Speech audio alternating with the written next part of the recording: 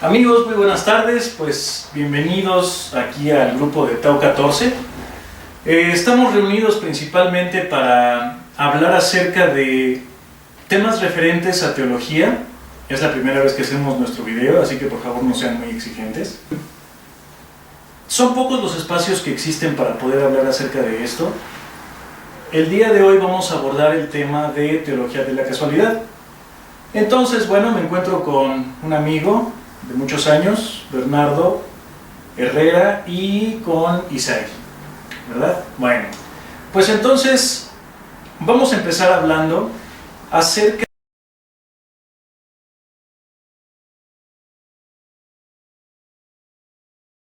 de punto número 1, ¿qué es la casualidad? Bernardo, por favor, dinos, bajo un punto de vista teológico netamente, ¿qué es la casualidad y cómo la podemos abordar? La casualidad, por el punto de vista teológico, se considera en ocasiones incluso inexistente. San Agustín llegaba a decir en uno de sus libros de obras filosóficas que no existe tal cosa como la fortuna. La fortuna es un análogo a la casualidad. Es un producto del azar en que puedes encontrar en ocasiones efectos adversos o bien favorables a tu vida. En este sentido podemos abordar la casualidad. Para el caso de San Agustín, y obviamente por muchas teologías heredadas a partir de San Agustín por el siglo III, todas las teologías, en especial las evangélicas, protestantes, etc., dicen que no existe la casualidad, sino que todo es producto de la providencia. Esto mismo lo decía San Agustín, objetando a los académicos en que no existe la casualidad, sino que solo existe la decisión divina alrededor de cada evento de la vida humana. Isaí, ¿qué nos puedes decir acerca de la casualidad? Pues acerca de la casualidad podemos partir en un punto, no se puede ser algo crítico, sino que hay muchos circuitos en el cual pueden ser eventos aleatorios o pueden ser casos particulares en el cual mucha gente puede decir, no es que casualmente pasó esto, casualmente puede pasar lo otro, ¿no? Puede repetir o puede pensar o puede tener como una conclusión en eso, es de que la casualidad, muchos dicen que es algo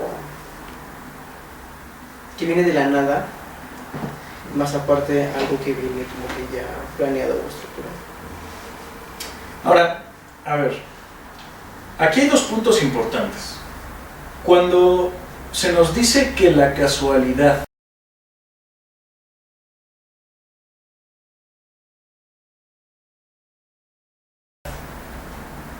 no existe en el cristianismo,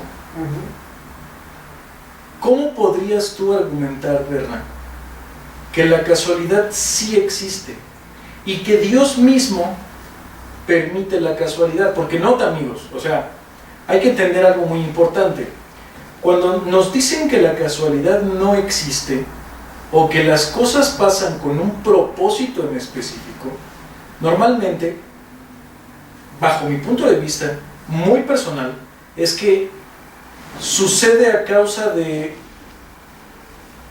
que las personas quieren curar su dolor arguyendo o argumentando de que Dios hizo tal o cual cosa con un propósito que nosotros no entendemos, que trasciende nuestra existencia,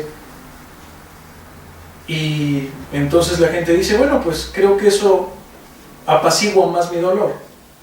¿Cómo podrías decir que la casualidad realmente existe a la luz de las Escrituras? Ok, aquí hiciste hasta dos preguntas. La primera te la podría contestar con base a lo que en teología se le llama revelación natural. Por medio de la revelación natural, que eso viene en Romanos 19 al 21, que dice que las cosas visibles de Dios, invisibles de Dios se hacen claramente visibles a través de la creación, si es que se reflexiona en ellas. Versión Dios habla hoy. Bueno, con base a ello, podríamos pensar, bueno, ¿qué podríamos pensar de lo que está claramente visible?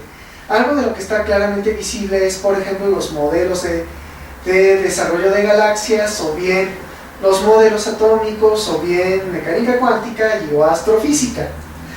Con eso tomado en cuenta, a través de estos modelos, la mente de Dios se hace visible. Se parece un poquito a lo que Albert Einstein llegaba a decir: es que yo quiero leer la mente de Dios, yo quiero poder ver a Dios a través de las matemáticas que hay detrás de ello. Porque finalmente, y en eso concuerda Pablo, en el escrito de Romanos, el pensamiento de Dios se hace visible y se hace leíble a través del comportamiento del universo en la creación. El comportamiento del universo en la creación, por ejemplo, en los aspectos de la mecánica cuántica, son visibles en que ahí sí hay casualidad. No podemos decir, por ejemplo, para el caso del movimiento browniano, voy a explicar: el movimiento browniano es el movimiento de las partículas en el agua. En este caso, las partículas, piensen en los granos de polen.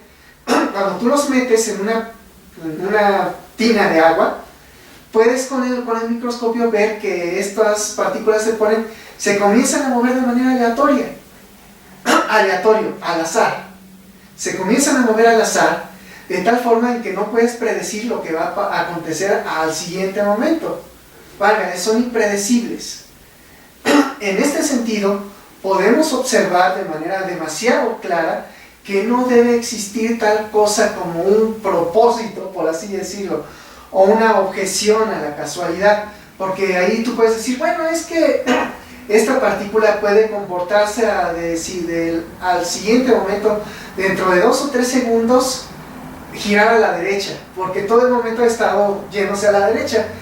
Y el movimiento browniano te asegura que dentro de esos 2 segundos, tal vez sí, pero también puedes encontrar probabilidades en que tal vez sí no, y la partícula vaya hacia la izquierda. Bueno, pero, a ver, por ejemplo. Ok, perdón, no abordé todo. No abordé la Biblia. Lo que necesitamos saber principalmente es: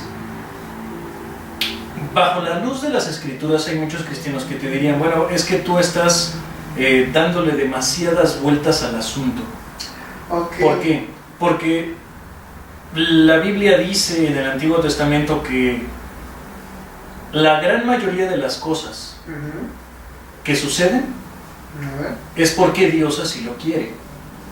Ok, el problema es, y esa objeción tendría... Y es que hay algo también que hay que saber. Por ejemplo, muchos de ellos no tenían la revelación completa que nosotros hoy tenemos.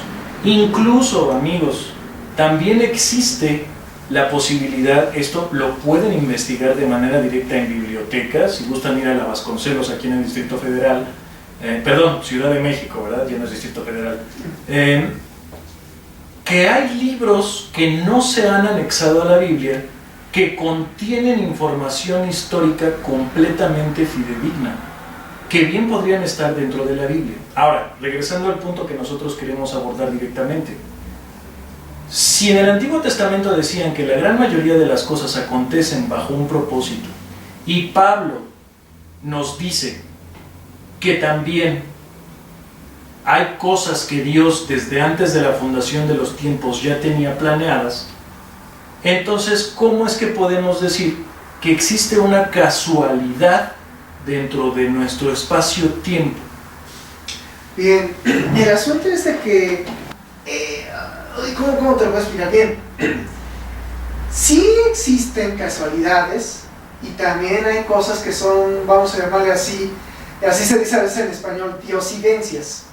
Cuando es una intervención netamente divina, bajo cualquier parámetro o pensamiento de espacio-tiempo, va a terminar aconteciendo, porque es Dios finalmente el quien lo está maleando entre comillas. Piensa en un orfebre que está maleando el metal. En este sentido, Dios está maleando. Pero no significa que a la hora de que Dios esté maleando un evento en particular, está maleando todo lo que hay alrededor. No necesariamente eso va a ser cierto. Sin embargo, podríamos pensar, ya como una objeción clara, a pensar que Dios, predeterminado, mejor dicho, todos los eventos que acontecen en el universo, tendríamos que pensar, bueno, ¿y por qué Dios estaría predeterminando a dónde se va a mover la partícula de polen? ¿Por qué Dios va a estar predeterminando todo el movimiento browniano de todas las partículas en el universo? ¿Cuál es el fin? Algunos dirían, pues la vida. Sí, pero en las otras galaxias también hay movimiento browniano. Y no en todas las galaxias vamos a decir que hay vida. De hecho, tú sí has de recordar, la probabilidad de vida que hasta ahorita tenemos en el universo decimos que es de 0. Aun cuando en ocasiones hay científicos como Carl Sagan que han objetado eso y han dado sus ecuaciones de vida. Pero aún para dar ecuaciones de probabilidad de vida, tienen que estar girando por toda esta complejidad del universo. Todo esto que tiene que ver con el movimiento browniano, todo esto que tiene que ver con la mecánica cuántica, todo esto que tiene que ver con el indeterminismo del universo. Y en el indeterminismo del universo puede ser que en ocasiones haya cosas que sí son diosidencias, y puede haber no necesariamente diosidencias en todo lo que hay. Y está mal en ocasiones que en ocasiones los cristianos llegamos a decir que todo lo que hay en la vida, que todo lo que hay en el universo son diosidencias. Pretendemos leerle la mente a Dios. Sí, a veces decimos, es que me estoy colgando de la revelación de Jesucristo, me estoy colgando de la Biblia.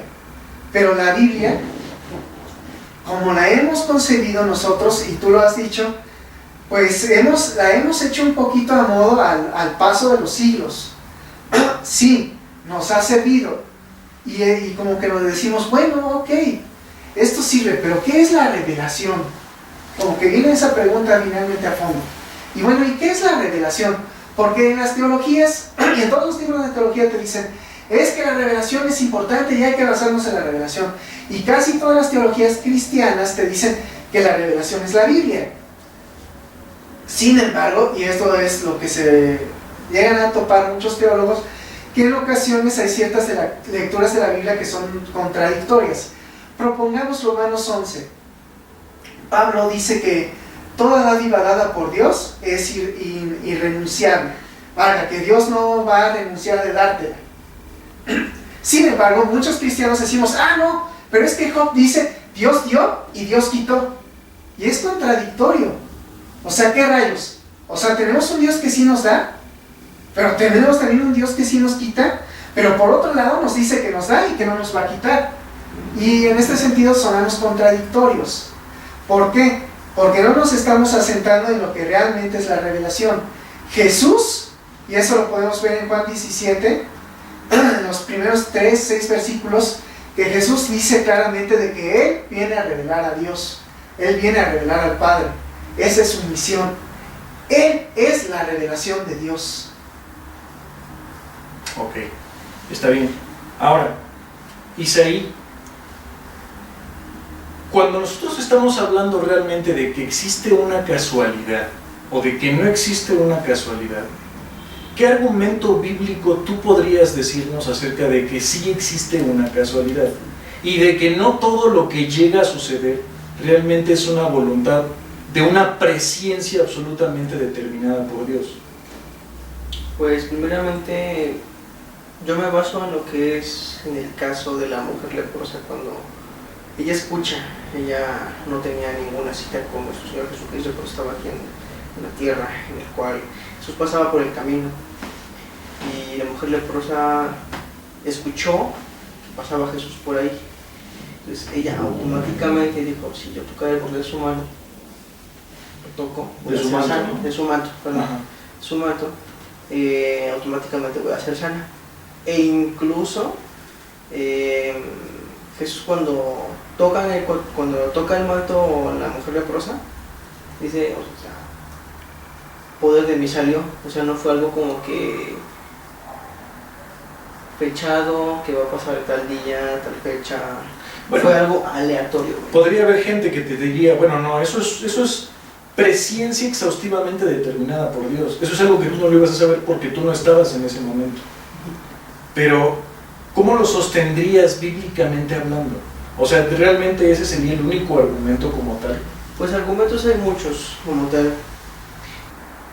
Una parte de la Biblia donde dice, ¿quién pecó? O sus padres. Ni él ni sus padres pecó, sino que es para que la gloria de Dios se manifieste en él. Entonces, el acto, bueno, no es acto, sino que la enfermedad que el muchacho tenía, que el joven tenía, no era ni por casualidad de sus papás, ni por algún pecado que haya tenido. Simplemente es para que, obviamente, valga la redundancia, para que la gloria de Dios se vea reflejado el poder de Dios hacia la humanidad. O sea que realmente Dios lo planeó desde un punto de vista anterior a todo para que su poder saliera a relucir en ese momento. Dentro de la esencia de Dios, sí, pero en el ser humano, pues vaya a estar razonamiento. Obviamente no somos una deidad con un reino, entre otras cosas, como hay algunas personas que lo pueden ver de esa manera. Nosotros lo podemos tomar como que fue por casualidad, si puedo decir. ¿Y entonces no fue casualidad o sí fue casualidad? Ahora sí, dependiendo el contexto que la persona lo capte, yo puedo decir que pudo ser casualidad. Y no fue casualidad. Pero algunas personas pueden decir que no puede ser casualidad. A ver, Berna, ¿qué nos puedes decir acerca de esa situación? Ok, en cuanto a esta situación, muchos pueden objetar en cuanto a lo que Isaías nos está diciendo, y no es por objetarte, al contrario, de que Jesús siempre oraba antes de pasar a cualquier lugar.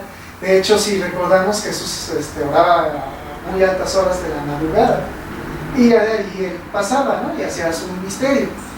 Y también habrá otro pasaje bíblico que ahorita no recuerdo la referencia específica, en la que Jesús decía que yo hago lo que el Padre hace.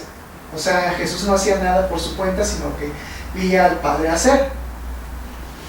Con base a ello, algunos podrían decir, a la presencia exhaustivamente determinante: oye, pues es que Dios ya lo tenía determinado desde mucho tiempo antes, que iba a hacer, que iba a sanar a esta mujer con lepra, que iba a sanar a este hombre que estaba ciego, que es un ciego, el nombre que nos ofrece Isaí.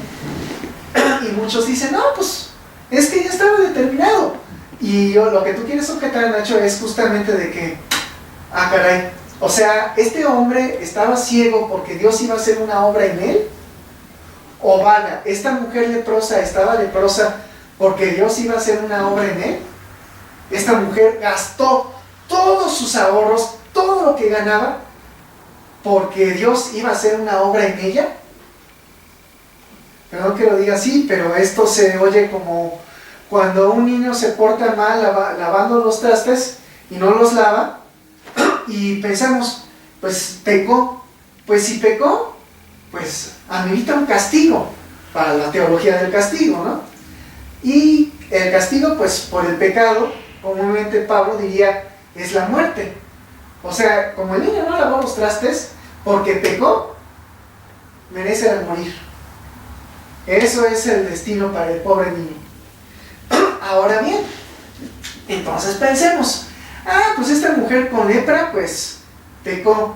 Ella sí mereció su lepra y mereció gastarse todo ello. Tal vez era prostituta, pues por eso gastó todo su dinero en tratar de sanar de una enfermedad que probablemente pues se le produjo la hemorragia por causa de todo su pecado. Sin embargo, ese tipo de razonamientos no necesariamente son a los que Jesús le está dando la razón.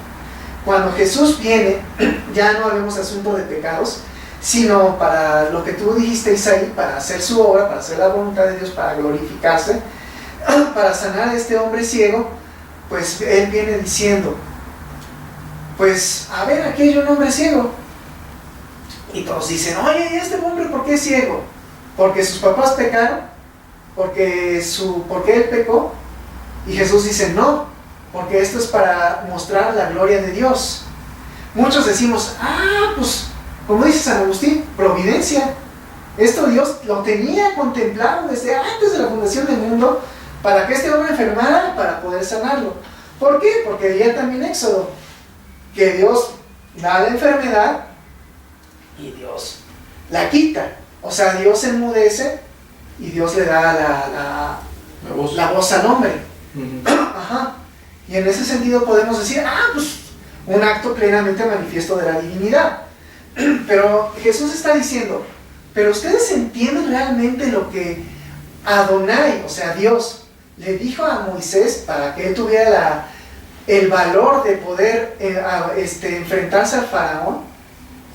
Jesús está diciendo, a la hora de mostrar la obra de Dios, que él está siendo consecuente con lo que empieza el Evangelio de Marcos y con lo que él comienza pregonando. Está diciendo, el reino de los cielos ha llegado. Yo vengo aquí a traer el reino de los cielos. ¿Por qué? Porque Jesús es el Mesías y el Mesías es divino. Vale, eso lo comprendemos de la revelación de Jesús a través de los evangelios. Jesús está diciendo, yo soy Dios, vine aquí a morar entre ustedes, vine a explicarles qué onda conmigo, porque obviamente ustedes se perdieron en todo esto, y se los dice a los judíos en cierta forma. Y con lo que está diciendo netamente, ya les está explicando, con esto de la gloria de Dios, que está haciendo en contraposición a todo lo que los judíos pensaban. Cuando ellos veían un hombre enfermo, pensaban que era causa del pecado. Y Jesús está diciendo desde que comienza el Evangelio de Marcos, a un hombre que está tullido, le dice, yo te perdono. Uno dice, oye, ¿cómo te atreves a decirle, yo te perdono a un hombre? O sea, ¿qué te crees? ¿Qué te crees, Dios? O algo así. Y Jesús está diciendo, para que vean que el Hijo del Hombre vino a perdonar pecados. Porque aquí el Hijo del Hombre es una referencia mesiánica. O sea, si recuerdan de la lectura de Daniel, Daniel habla del Hijo del Hombre. Entonces Jesús está hablando propiamente de sí mismo como el Hijo de Dios, como el Mesías, que venía a revelarnos a Dios. Y para sanar a este hombre, ya no del tullido, sino que está ciego, lo que está diciendo, y esto es lo que viene a expresar lo que es el reino, que el reino no es para que el hombre esté sufriendo. Dios no se agrada del sufrimiento del hombre. Esto es lo que viene desde el sermón de las bienaventuranzas, cuando Jesús dice, o sea, que ¿qué padre le va a dar una serpiente a un hijo que le está pidiendo pan? Sí, pan en el caso de la piedra, ¿no? Serpiente en el caso de carne, ¿no? ¿Qué hombre va a hacer eso? Y si ustedes aún siendo malos, ¿cómo Dios siendo bueno va a hacer eso?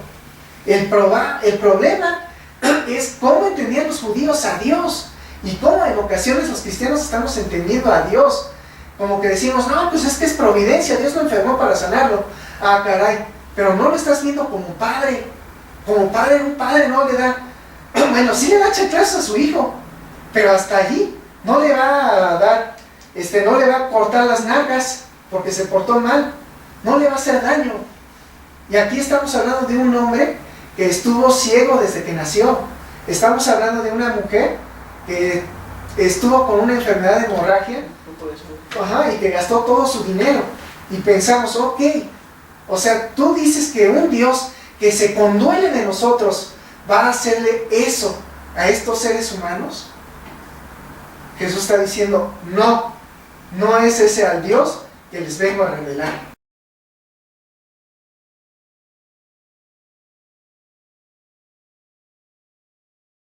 Significa entonces que la casualidad, desde un punto de vista, no introduzcamos todavía la parte teológica, porque todavía no hemos entrado a la teología de la casualidad de manera tan formal, pero significa que muchas de las cosas que acontecen son ¿por qué? Porque simplemente el mundo aleatorio en el que vivimos, en un sistema aleatorio donde nos encontramos, ¿permite esa situación? Sí, el problema es que muchos no aprenden a aceptar que el mundo es tan complejo como se ve. Es obvio que en ocasiones, y eso lo puede uno razonar, que el ser humano trata de simplificarse las cosas para poder moverse en medio de esta complejidad, pero somos muy erróneos a la hora de que intentamos simplificar ciertas cosas que no son tan simplificables. Pensemos en el simple modelo del átomo. Tratamos de generar y decir, como Dalton o Demócrito, el átomo es algo que es indivisible. lo encontramos divisible. Bueno, pues decimos que el átomo es algo como las, ¿cómo se llaman estas cosas? Como un panqué de nueces, donde las nueces son los electrones y lo demás es la carga positiva distribuida. Hacemos experimentos y encontramos que no es así. Y así, por cada experimento, por cada vez que tratamos de decir, así son las cosas, nos damos de topes y decimos, ah, caray, pues no es como yo pensaba. Al final, nos damos cuenta, los seres humanos, aun cuando tratamos de simplificar, que no podemos simplificar las cosas, no podemos simplificar nuestro mundo. Nuestro mundo, podemos tratar de simplificarlo, pero a partir de toda esa simplificación, encontramos que hay una especie de incertidumbre fundamental en el universo. Esta incertidumbre fundamental se da en los átomos, se da en las moléculas y finalmente se va expandiendo de manera estadística a nuestro mundo actual. Nos encontramos con las teorías de los sistemas complejos de tal forma que no podemos simplificar nuestro mundo. No es posible simplificarlo. Y nos sentimos aterrados ante tal complejidad. Nos sentimos como que algo tiene que ser y pensamos, pues tal vez como esto es inabordable para mi mente y Dios también es inabordable para mi mente, pues tal vez esto es producto de Dios. Pero no nos ponemos a pensar, y en realidad es así. ¿Y qué tal si Dios, por lo menos el Dios del cristianismo a la hora de revelarse, pretende Él mismo simplificarse para que nosotros podamos entrar en relación con Él? ¿Qué tal si es así? ¿Qué tal si Dios mismo se decide simplificar? Porque si nos habla desde sus términos, pensando en Génesis, Génesis no sería de un capítulo para hablarnos de la creación. Génesis sería muchos libros de relatividad y de cosmología para poder hablarnos y decirnos, así se creó el universo.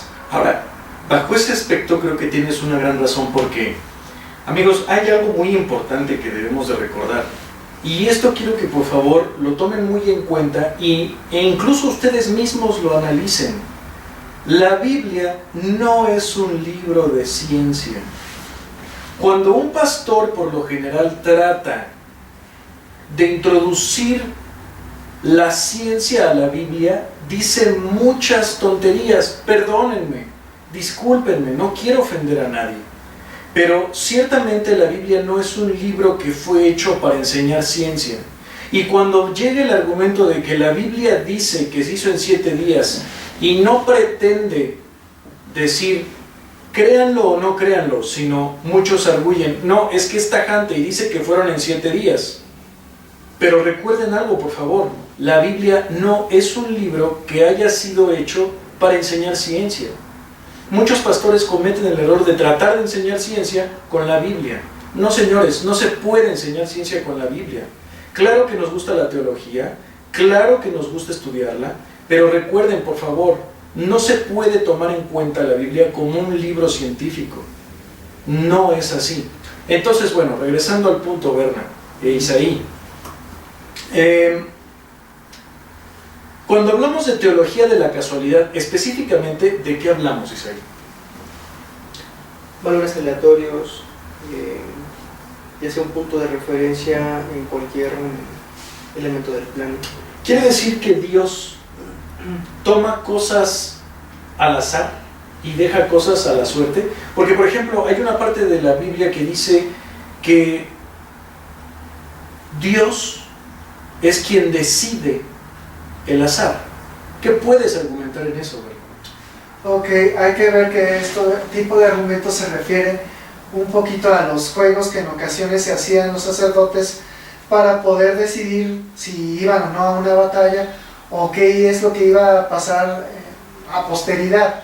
Y por eso ellos hacían este tipo de juegos al azar. No me acuerdo ahorita cómo se llama este asunto que tenía el sumo sacerdote, que lo tenía en su pecho, y por eso él sacaba y hacía como juegos de azar. Y él lo hacía esperando a que Dios fuera el que decidía. También recordemos que en el caso de Hechos de los Apóstoles, en Hechos 1, viene justamente los apóstoles diciendo, pues ahora quién va a ser el 12º, ya que Judas se decidió suicidar. Y pues ahora sí que lo oran y después lo ponen al azar para ver entre dos personas probables.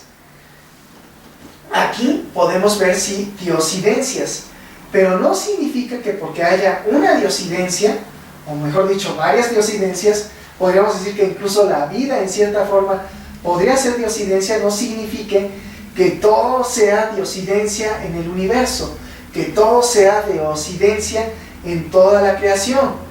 Valga, justamente tomando el argumento de Isaí, si todo fuera diosidencia, pensemos que Dios mismo decide enfermar de manera cruel a seres humanos que están padeciendo ahorita en el hospital, o bien a este hombre que estaba ciego de nacimiento, o esta mujer, que Dios decide de manera cruel, o sea, sin importarle si es cruel o no, porque muchos tomando a San Agustín, que también en el libro de la Trinidad habla de que Dios es inmóvil, o sea que Dios no experimenta en cierta forma como nosotros el tiempo y el espacio. Por esa misma razón uno puede decir, el teólogo en ocasiones puede decir, pues sí, pues Dios puede ser cruel, bueno, no cruel, pero pues Dios puede enfermarlo, porque finalmente es lo justo. Es que muchos se podrían basar en el libro de Job. Pero en el libro de Job, de hecho, lo que trata de expresar Dios es lo contrario. De hecho, Dios no decide actuar de manera adversa con Job de manera voluntaria, sino a partir de que llega Satanás y comienza a acusar a Job. Y porque Dios le dice, oye, ¿no has visto a Job? Y muchos dirían, oye, ¿por qué Dios tendría que hablar de Job con Satanás? Pensemos en Génesis. Sí, dentro de la lectura que podamos darle a Génesis, hay algo claro en Génesis. La serpiente que hace caer al hombre, lo hace caer por una acusación. Satanás se la pasa acusando a toda la humanidad. Y Dios como que dice, ok, se la pasa acusando a todos y todo el mundo se porta mal. Pero resulta que se levanta Job. Y Dios dice, pues órale, pues no encuentro mal en él, no hay nada malo en él. Y como que dice, de toda la acusación que Satanás hace contra toda la raza humana, se levanta un hombre que hace todo lo contrario a lo que Satanás argumentaba. Entonces viene Dios con Satanás y como que dice, oye, ¿ya viste a Job? Él como que te echa abajo todo tu argumento. Con eso Satanás como que dice, no, pues yo voy a tratar de rescatar mi argumento con todo lo que pueda.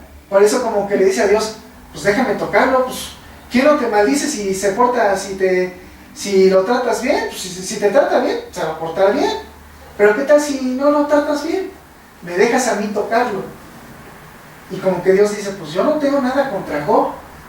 Pero Satanás, o sea, justamente invocando también la justicia, recordemos en este sentido el principio de justicia. Nadie es culpable hasta que se demuestre lo contrario. Satanás lo que pide es el principio de derecho. Dame la oportunidad de demostrar lo contrario. Entonces Dios dice, pues ok, haz tu demostración. De hecho, la segunda vez Dios le dice, pues no lo has demostrado. Y dice, no, vuelve a dar otra oportunidad más, vas a ver que sí. No, ahí es cuando Job como que dice, pues ya, déjense de pelear. Bueno, es una manera un poco coloquial de decirlo. Déjense de pelear conmigo, ¿qué no te das cuenta, Dios, en que estoy sufriendo? ¿Qué me tienes agarrado así del cuello? Ahí es cuando Dios finalmente interviene con Job y le dice, no, Job, tú has malinterpretado, ni sabes qué hay detrás del cosmos para saber qué rayos es lo que está pasando. No es mi intención, no me estás conociendo ni me estás viendo como es. Ahí es donde Job dice, no, pues ahora me arrepiento entre polvo y ceniza, porque ahora me doy cuenta que tú no la tienes cargada conmigo. De hecho, en los últimos capítulos de Job, y en especial el último, cuando comienza a hablar acerca de Rahab y de Leviatán, Leviatán y Rahab son monstruos del caos. Cuando Dios le da la respuesta a Job, le está diciendo, tú no tienes a raya al caos como yo. Tú no te das cuenta de que aquí hay un caos que estoy poniendo a raya. Pero una vez que esté puesto a raya, y como yo lo estoy poniendo a raya, va a surgir tu justicia. Va a cumplirse lo que Job decía. Yo sé que mi Redentor vive y que con estos mis ojos lo habré de ver. No me acuerdo bien, con estos mis ojos una vez muerto, pero lo que está diciendo es esto. Y en este sentido, la esperanza de Job se cumple a partir de la respuesta de Dios. y se cumple aún más, a partir de que Dios lo bendice aún más de lo que le había bendecido con anterioridad. Por eso Dios no actúa en contra de Job, más bien está actuando por realzar a Job como una especie de trofeo de justicia y Job como un arquetipo de Jesús, porque finalmente es cierto, no hay justo ni a uno. Antes de que Job se volviera justo, por eso sacrificaba y hacía cosas. Bueno, pero Job no es un personaje histórico real, o sea, Job no es histórico, ¿o sí? Bueno, aquí hay algunos estudiosos de la Biblia que se dividen al respecto. Algunos dicen que sí, otros dicen que no. Si pensamos en que no haya existido, aun cuando no haya existido Job, por lo menos puede ser un arquetipo de Jesús que nos está marcando una pauta acerca de lo que ha de hacer el Mesías. El Mesías finalmente es inocente. Digamos que Job es como una epopeya, ¿cierto? Una epopeya, bueno, ok. Bueno, bajo mi punto de vista, Sí. amigos, por favor, esto tómenlo en cuenta, es un punto de vista muy personal. Claro, yo sé que van a escribir, que van a decir que Dios, que me voy a quemar en el infierno, que ojalá y que Satanás me esté esperando en el infierno, pero bajo mi punto de vista, Job no es un personaje histórico, sino más bien es una epopeya de parte de los sabios israelitas para poder demostrar cómo es que Dios se comporta con su creación sin una revelación completa, y cómo es que la maldad, que es manifestada por Satanás, tiene un comportamiento en contra de la creación, y Dios siempre está ahí para rescatar lo bueno de lo malo. Y de hecho, ahora sí, complementando tu punto de vista, Nacho, hemos de saber que también existen finalmente dentro de los libros que estamos diciendo que no se metieron en nuestro canon bíblico ni en el canon de los judíos. Hay libros que hablan claramente acerca de cómo hay el ángel de la enemistad metiendo su cizaña del hombre justo en contra de Dios. Hay déjame recordar, iba a decir manuscrito, sí, es un manuscrito de los textos de Qumran que hablan acerca del sacrificio de Abraham. Pensemos en algunas objeciones que hace Richard Dawkins al respecto de Abraham sacrificando para Dios en cuanto a Isaac. Eso viene en Génesis 22, me parece, que que Abraham debe sacrificar a Isaac porque Dios se lo pide en sacrificio. Y en este sentido muchos llegan a pensar, pero ¿por qué un Dios justo y bueno, en especial los judíos de ese momento, dicen, estaría pidiendo un sacrificio a Abraham? O sea, sí, la enseñanza actual es que Dios no pide sacrificios como los dioses antiguos, pero ¿por qué Dios estaría pidiendo eso a Abraham en su momento? Se llegaron a poner a pensar algunos antiguos judíos, en especial los esenios, en el caso de los textos del Qumran. Existe un texto esenio en particular, ahorita no recuerdo su referencia absoluta, pero se puede consultar en las fuentes, en la que es el ángel de la adversidad no es solamente, sino de la hostilidad, el que llega a hablar con Dios y le dice, oye, pues es que Abraham no te está adorando como debe de adorarte. O sea, pues él quiere más a su hijo que a ti. A esto Dios responde y dice, Abraham, sacrifícame a tu hijo. Llega Abraham al monte Moriah después de 3 días y está a punto de sacrificar a su hijo, mejor dicho. Traten de imaginar un poquito la escena. El hijo que tanto Dios le había prometido a Abraham, el hijo tan esperado, Abraham tiene que sacrificarlo. De hecho, parte de esa redacción dice que los ángeles de la santidad estaban llorando viendo esto, y los ángeles de la enemistad diciendo, al fin lo va a sacrificar, al fin lo va a sacrificar, nos vamos a salir con la suya, con la nuestra, mejor dicho. Y el príncipe de la hostilidad viendo qué rayos es lo que va a pasar. El príncipe de la hostilidad ya sabemos que es Satanás para el caso de la teología cristiana. Cuando eso pasa, aquí como que divergen un poquito los textos esenios, pero en uno dice que Dios claramente le dice a Abraham, detén tu mano, y en otra es el ángel, no me acuerdo cuál es el texto esenio, si es en los jubileos o en el otro, lo detiene y le dice, me puse entre Abraham y el niño para que no lo sacrificara. No me acuerdo si dice entre Abraham y el niño o entre Abraham y el ángel de la hostilidad, pero es este ángel, el ángel de Dios, quien para a Abraham, el ángel de Yahvé, el que lo vemos en Josué, me parece que es en los primeros capítulos de Josué, y quien finalmente entendemos que es una teofanía, valga, es Cristo, allí entrando como un ángel. Es Cristo en este sentido quien está parando, según estos textos esenios, parando a Abraham para que no sacrifique a Isaac. Es cierto, tal vez Job no sea un personaje real, tal vez esto que se dice acerca de Abraham sacrificando a Isaac no sea totalmente cierto, pero lo que entienden los judíos al respecto es que Dios no le va a salir por iniciativa propia el hacer algo cruel en contra del ser humano. Y en este sentido, si existe una casualidad infortuita o bien desagradable o mala suerte, no es que salga del corazón de Dios. Significa entonces que al tomar la teología de la casualidad como un punto de vista, pues vamos a llamarlo diferente y radical, por favor entiéndase que plantea otra situación completamente distinta a la planteada por San Agustín, seguida por Calvino, que por cierto San Agustín no se le puede debatir mucho por la buena lógica que utiliza. De hecho es demasiado buen lógico. Pero siento yo que a partir de un argumento mal tomado se pueden sacar verdades. Aunque el argumento sea falso, se pueden sacar lógicas correctas acerca de ese argumento. Y bueno, bajo mi punto de vista, no sé si tú compartas el punto de vista, no sé Isaí si tú compartas ese punto de vista, es que es tan buen lógico o utiliza tan buena lógica Agustín que aunque su argumento sea falso, nosotros podemos arguir que es verdadero. Incluso Calvino cayó en esa trampa, ¿no?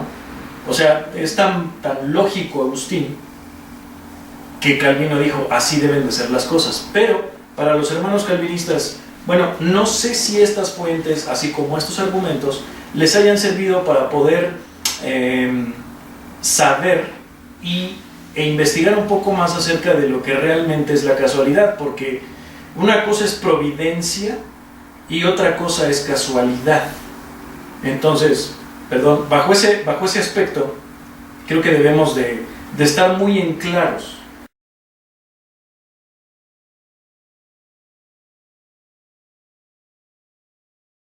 ¿De qué se trata? ¿Qué podríamos decir que es la providencia? Es algo que Dios provee de manera automática, ¿cierto, Bernardo? Sí, la providencia es algo parecido a eso, pero tiene que ver un poquito más con el entorno en el que se está desarrollando las cosas para el ser humano. O sea, Dios le provee para que él sea libre, le provee todo lo bueno para que él viva. Para que haya vida, es cierto, sí existen diosidencias. Sí existen diosidencias en todo este universo de complejidad que a veces decimos, pues ¿cómo? Pues bueno, tuvo que ser una intervención divina.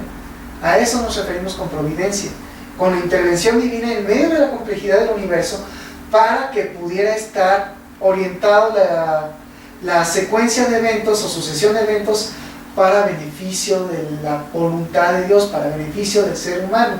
Porque en este sentido de la revelación que Dios tiene en Jesús, finalmente Dios lo que quiere es el bien para el ser humano. Vamos ya, ¿pero por qué? Porque Dios es bueno. Eso está revelado con Jesús. Recordarán que este hombre, uno que venía ahora sí como que a hacerle la barba a Jesús, diciendo, ay pues, a ver, para que me diga que yo estoy bien con Dios, pues voy con este rabí. Y le dice, rabí bueno, maestro bueno. Jesús se voltea y le dice, no me llames bueno, bueno solo es Dios. Entonces pensamos y preguntemos, luego, si Dios es bueno y algo malo me ocurre, ¿viene de su buen corazón? Y ahora preguntemos, ¿y hay maldad en el corazón de Dios? Porque si Dios es bueno, la lógica tanto agustina como cristiana de cualquier orbe es innegable. No va a haber maldad en el corazón de Dios. Si algo malo ocurre, decimos, no, pues es que vino de parte de Dios. Podemos ver todo el Antiguo Testamento en que Dios tiene que estar aleccionando a su pueblo y tiene que en ocasiones decirle, pues ahora te voy a desterrar, ahora pues vas a pasar por esto, ahora vas a pasar por aquello. Pero espera, o sea, en ese aspecto de lo bueno y lo malo del Antiguo Testamento, Bien. vuelvo a caer con Job, porque le dice, Job, me parece que su mujer le dice, recibiremos de Dios solamente lo bueno y no lo malo. Bien, el asunto es de que en este sentido lo malo, entre comillas, y aquí sí puede rescatarse un poquito alguna perspectiva agustina como de Calvino, como de Calvino, de lo que se puede rescatar es que en ocasiones dicen, pues es que no todo lo malo es malo, ni todo lo bueno es bueno, tal vez es que no lo estamos viendo bien. Puede ser, porque en ocasiones lo que llamamos, oye, pues es que el pueblo ha sido desterrado, ¿no? Por causa del cautiverio babilónico. Decimos, no, pues eso es malo. Pues sí, pero Dios se los advirtió. Y Dios les dijo, si ustedes no se comportan y no respetan el pacto que tuvimos desde Moisés, estas van a ser las consecuencias. Y pensamos, no, pues es que Dios nos castigó. Pues no es que castigar, es un abandono. Y no abandonó Dios porque Dios quisiera abandonarlos, sino porque ellos quisieron abandonar a Dios. Recordarás el libro de Oseas, que a veces les llega a decir, pues esta es mi abandonada, esta es mi dejada. ¿Por qué? Porque ella se fue, ella me abandonó, ella no me fue fiel. Es consecuencia de su infidelidad que haya recibido no solamente castigos, más bien lo que recibió es una consecuencia demasiado natural. Si tú no quieres estar en donde te protegen, pues ¿qué crees que te va a pasar? Pues te van a hacer daño. Claro. Entonces, pues no hay otra manera.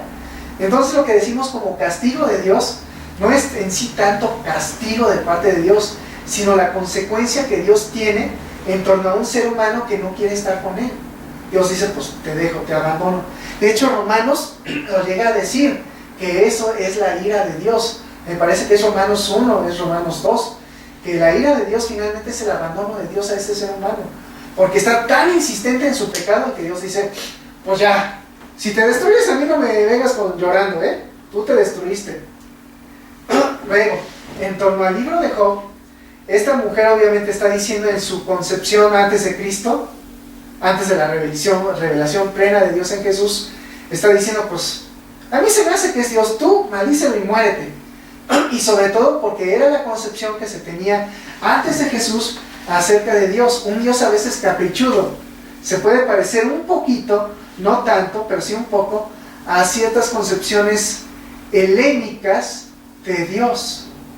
Y no es tan raro, porque también los judíos tenían que explicar al Dios con el cual estaban tratando, no solamente entre ellos en torno a un ambiente que no creían en el Dios que ellos creían.